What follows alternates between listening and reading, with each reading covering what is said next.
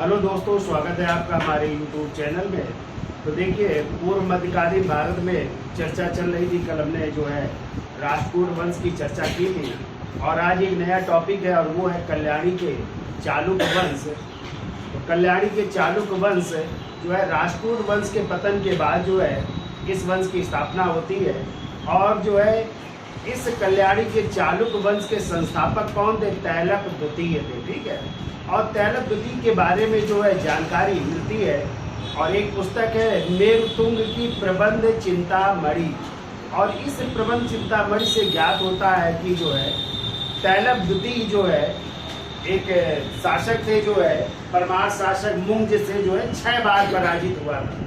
लेकिन कहते हैं उसने 7वीं बार जो है मुंज को पराजित किया और उनको जो है क्या कर दिया था? हत्या कर दी थी, उनको मार डाला था। ये भी जानकारी प्राप्त होती है।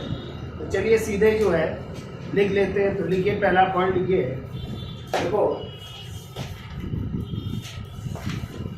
इस वंश का उदय राष्ट्रकूटों के पश्चात हुआ। इस वंश का उदय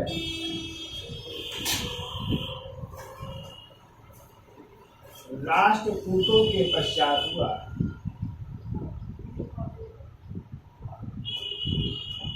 राष्ट्रकूटों के पश्चात हुआ। इस वंश के संस्थापक कौन है? तो हेडिंग डाल लीजिए, तैलप द्वितीय। तैलप द्वितीय। टाइम लिखो 973 से 997 ईस्वी। 973 से 997 ईस्वी। तो लिखिए, पहला पॉइंट लिखिए। देखो, यह इस वंश का संस्थापक था। यह इस वंश का संस्थापक कौन है? तैलप द्वितीय है। यह इस वंश का संस्थापक था। अगला पॉइंट लिखो। देखो, मेरुतुंग की पुस्तक, मेरुतुंग की पुस्तक प्रबंध चिंतामणि से ज्ञात होता है कि प्रबंध चिंतामणि पुस्तक है मेरुतुंग की। देखो, मेरुतुंग की पुस्तक प्रबंध चिंतामणि से ज्ञात होता है कि तैलप द्वितीय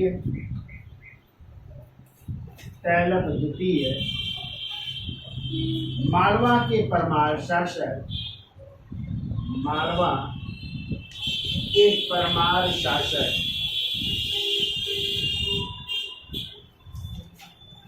और उनका नाम था मुंज। मालवा के परमार शासक मुंज से 6 बार पराजित हुआ। 6 बार पराजित हुआ,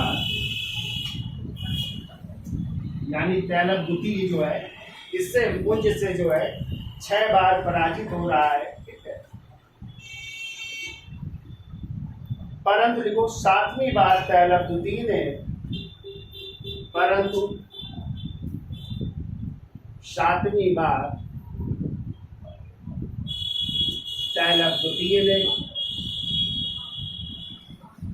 मुंज को पराजित कर उसको मार डाला या उसकी हत्या कर दी।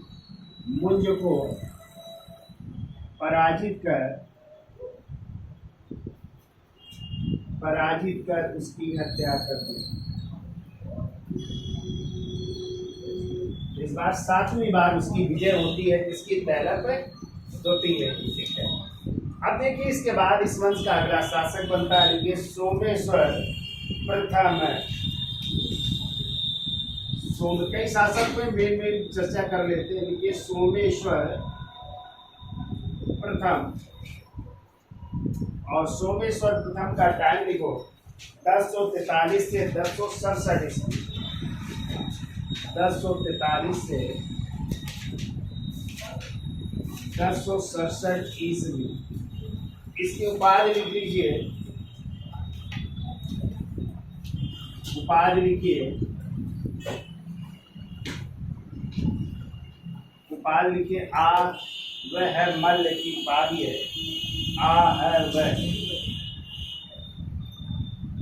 मल्ल की उपाधि धारण की, आ वह मल्ल की उपाधि धारण की। देखिए इसने क्या किया, तुमको इसने अपनी राजधानी, देखिए सोमेश्वर प्रथम ने अपनी राजधानी मान्यखेत से स्थानांतरित करके, मान्यखेत से स्थानांतरित करके कल्याणी को बनाया। तो राजधानी इसने कल्याणी बनाई, ठीक है। देखो इसने अपनी राजधानी मान्यखेत से स्थानांतरित करके कल्याणी को बनाया।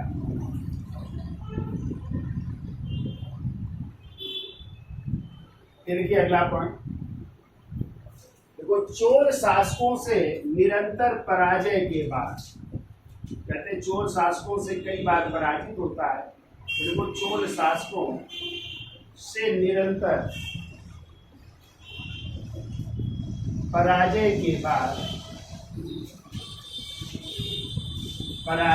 बाद तुंगभद्रा नदी में कूदकर आत्महत्या करना। तुंगभद्रा नदी में कूदकर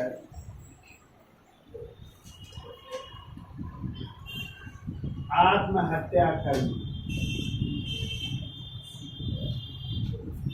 आत्महत्या करनी, ठीक है। किनसे पराजित हुआ? चोल शासकों से है। और कहते हैं कुप्पम के युद्ध में राजेंद्र द्वितीय ने इसको पराजित भी किया था। कुप्पम के युद्ध में राजेंद्र द्वितीय से पराजित हुआ था।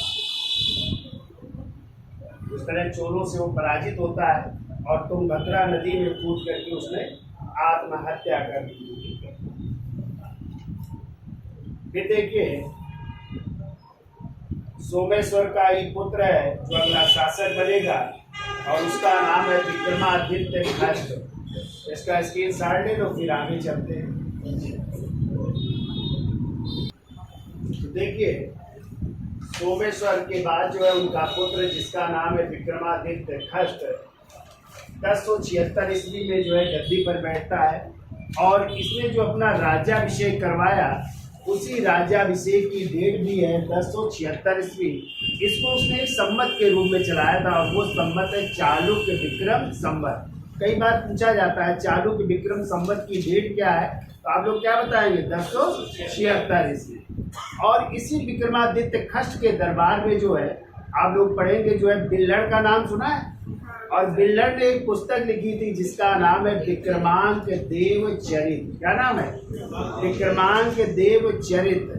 और दूसरा जो है आप लोगों ने एक और नाम सुना होगा, विज्ञानेश्वर का नाम सुना है। और विज्ञानेश्वर की पुस्तक है मिताक्षरा। क्या है? मिताक्षरा। तो कह सकते हैं विक्रमांक देव के रचयिता बिल्लड़ और मिताक्षरा के लेखक विज्ञानेश्वर किसके दरबार में रहते थे? इसी विक्रमादित्य खष्ट के दरबार में रहते थे। ठीक है, ये आपको याद रखना है। तो आपको पता है विज्ञानेश्वर किस स्मृत के टीकाकार है? याज्ञवल्क्य के स्मृत के भी टीकाकार है। कौन? विज्ञानेश्वर। पीछे आप लोग पढ़ करके ना आए हो ना कि याज्ञवल्क्य स्मृत के टीकाकार VVA यानी विश्वरूप, विज्ञानेश्वर और अपरा। और जबकि मन स्मृत के टीकाकार कौन कौन है? मेघातिथि, गोविंदराज, वारुच और कुल्लुक भट्ट। पढ़ के आए ना? तो चलिए लिखिए, पहले तो इसकी उपाधि लिखिए विक्रमादित्य खष्ट की। लिखिए उपाधि, उपाधि लिखिए पहली परमार्थ देव की, परमार्थ देव की उपाधि है। दूसरी लिखिए परांतक की, परांतक। तीसरी लिखिए त्रिभुवन मल्ल की उपाधि है, त्रिभुवन मल्ल की उपाधि धारण की थी। और चौथी लिख लीजिए, कलि विक्रम की उपाधि धारण की है। कलि विक्रम की उपाधि धारण की है। अब देखो इसके राज्याभिषेक की डेट क्या है, तो लिखो राज्याभिषेक। इसका राज्याभिषेक हुआ था 1076 ईस्वी में। और इसी राज्याभिषेक को उसने चलाया था किस संवत के रूप में, तो लिख लीजिए चालुक्य विक्रम संवत के रूप में। कई बार पूछा गया, याद रखिए, चालुक्य विक्रम संवत के रूप में इसको चलाया था। और चालुक्य विक्रम संवत की डेट आ जाए तो जो उसके राज्याभिषेक की डेट है वही चालुक्य विक्रम संवत की डेट है, यानी 1076 ईस्वी है। ठीक है, फिर देखिए इसने अगला पॉइंट लिखो, नर्मदा नदी के तट पर। इसने नर्मदा नदी के तट पर एक इसने जो है दान दिया था, तुला पुरुष दान नामक यज्ञ किया। तुला पुरुष दान नामक यज्ञ को संपादित किया था। तो इसने नर्मदा नदी के तट पर तुला पुरुष दान यज्ञ संपन्न किया था।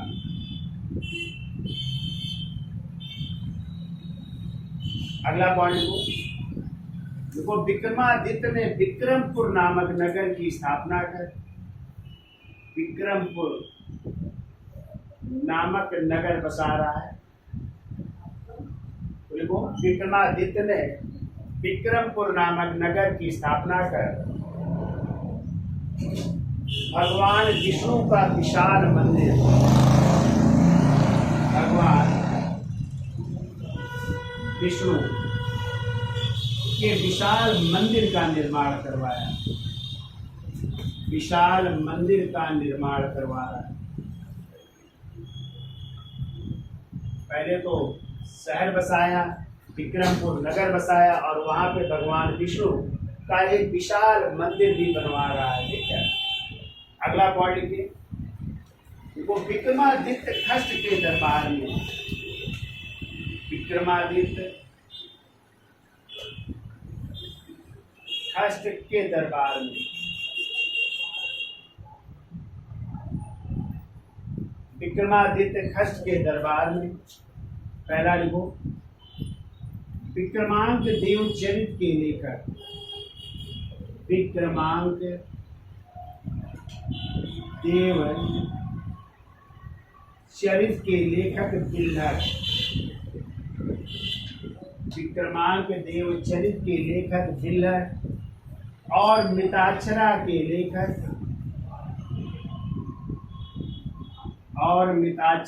लेखक विज्ञानेश्वर। उसमें चाहे लिख लीजिएगा, याज्ञवल्क्य स्मृत के टीकाकार दिए गया। याज्ञवल्क्य स्मृत के टीकाकार।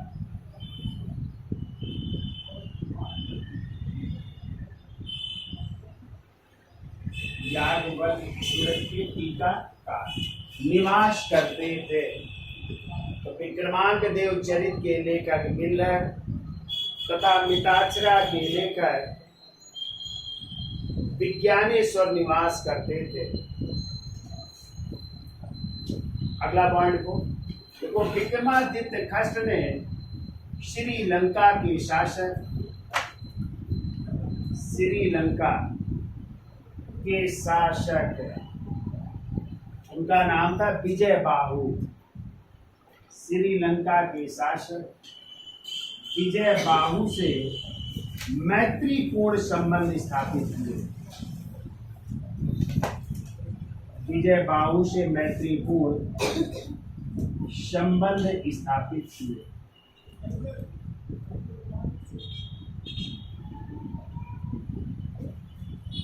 देखो विक्रमादित्य खष्ट ने श्रीलंका के शासक विजय बाहु से मैत्रीपूर्ण संबंध स्थापित किए। तो याद हो जाएगा, विक्रमादित्य का टाइम है 1076 से 1126 ईस्वी। उपाधि कौन कौन सी? परमार्देव, परांतर, त्रिभुवन और कली विक्रम की उपाधि है। राज्याभिषेक कब हुआ? 1076 ईस्वी में। इसी को किस संवत के रूप में? चालुक्य विक्रम संवत के रूप में। कहाँ पे उसने यज्ञ किया? तुलापुर स्थान, तो नर्मदा नदी के तट पर। कौन सा नगर बसाया? विक्रमपुर नगर। और यहीं पे भगवान विष्णु का मंदिर भी बनवाया। सबसे इम्पोर्टेंट, इसके दरबार में ये लेखक है कौन कौन? विक्रमांगदेव चरित के लेखक बिल्लर और मिताक्षरा के लेखक विज्ञानेश्वर निवास करते थे। और इसने श्रीलंका के राजा किससे? विजय बाहु से भी मैत्रीपूर्ण संबंध स्थापित किए थे। ठीक है, अब इसके बाद अगले शासक बनते हैं सोमेश्वर तृतीय। इसका स्क्रीनशॉट ले लो, फिर आगे चलते हैं। तो देखिए अगले शासक है सोमेश्वर तृतीय और इनका टाइम है 1126 से 1138 ईस्वी। ठीक है, तो इनके पिता का नाम था, पिता लिखिए विक्रमादित्य खासकर, विक्रमादित्य खास्ट के बेटे थे। और इन्होंने भी किताब लिखी थी, अभी हम चर्चा कर रहे हैं। इनकी किताब का नाम है कौन सा? मानसोल्लास। ठीक है, और ये शिल्प शास्त्र ग्रंथ है, इसलिए इसे इतिहासकार भी कहते हैं। यानी इसकी एक उपाधि है, कहा है कि इतिहास कार की। तो इसकी उपाधियां भी लिख लीजिए। लिखिए उपाधि,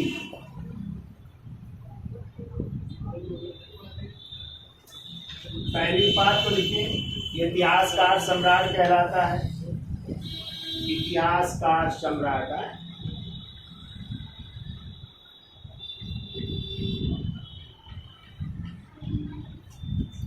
दूसरी इसकी उपाधि लिखिए, इसे जो है सर्वज्ञ चक्रवर्ती भी कहते हैं।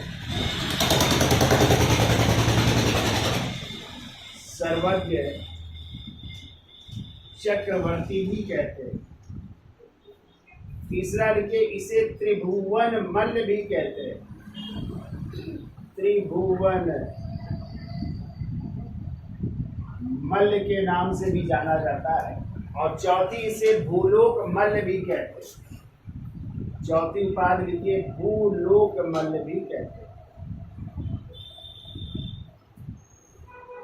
भूलोक मल्ल की भी उपाधि धारण की। ठीक है, कौन कौन सी पुस्तकें लिखी?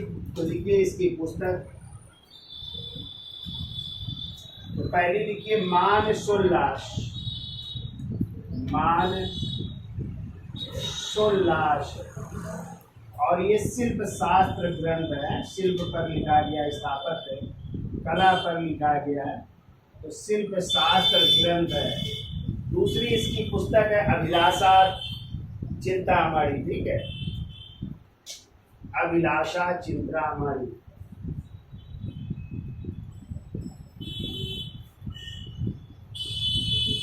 अभिलाषा चिंतामणि इसकी दूसरी पुस्तक है। तो ये दो किताबें इनकी हैं। ठीक है, और लिखो तीसरी लिखिए, एक और है जो इन्होंने अपने पिता की जीवनी लिखी थी, उसका नाम है विक्रमांका व्युदय। विक्रमांका व्युदय।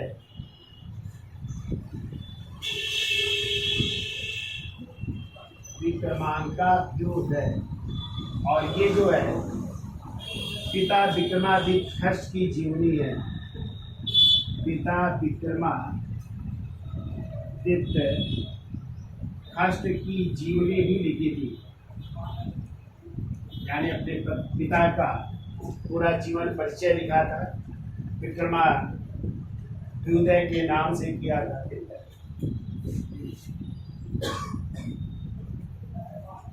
फिर देखिए इस वंश के शासक, अगले शासक हुए हैं, तो लिख लो तैलप तृतीय हुए हैं। और तैलप तृतीय का ही पुत्र था, तैलप तृतीय का पुत्र जिसका नाम है सोमेश्वर चतुर्थ है। तो ये जान लीजिए सोमेश्वर चतुर्थ, ये अंतिम शासक है इस वंश का। सोमेश्वर चतुर्थ। टाइम लिख लो इनका 1181 से 1189 ईस्वी। 1181 से 1189 ईस्वी। ये अंतिम शासक है सोमेश्वर चतुर्थ। देखो, कल्याणी के चालुक्यों के बाद देवगिरी के यादव, तो देखो कौन आ गए, देवगिरी के यादव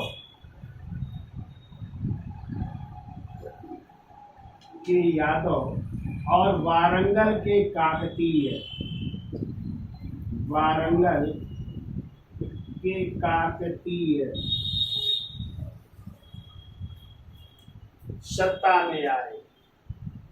देवगिरी के यादव एवं वारंगल के काकतीय वंश सत्ता में आए। देखो सोमेश्वर चतुर्थ लिख लिया।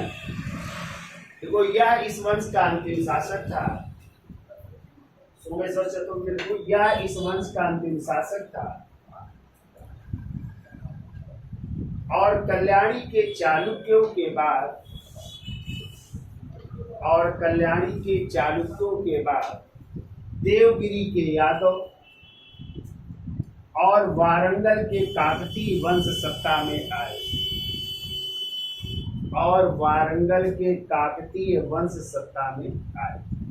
तो ये है कल्याणी के चालुक्य शासकों की कहानी।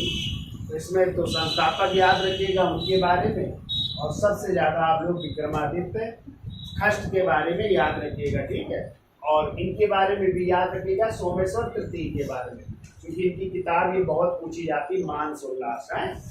कैसा ग्रंथ है, शिल्प शास्त्र, ये भी पूछ ली जाती है। अभिलाषा चिंतामणि ये भी इन्हीं की है। और इन्होंने अपने पिता विक्रमादित्य खष्ट की जीवनी भी लिखी थी, विक्रमांका विद्या के नाम से, तो वो भी याद रखिएगा। अब देखिए इसके बाद दक्षिण का अगला राजवंश आता है, और वो राजवंश जिसकी हम चर्चा करेंगे वो होगा पल्लव वंश। और पल्लव वंश के बाद फिर चर्चा कर लेंगे चोल साम्राज्य की या चोल वंश की। तो हेडिंग डाल लीजिए। नेक्स्ट जो अगला टॉपिक है वो है पल्लव वंश, जो कांची से शासन करते थे, और कौन कौन शासक उनकी भी चर्चा करते हैं।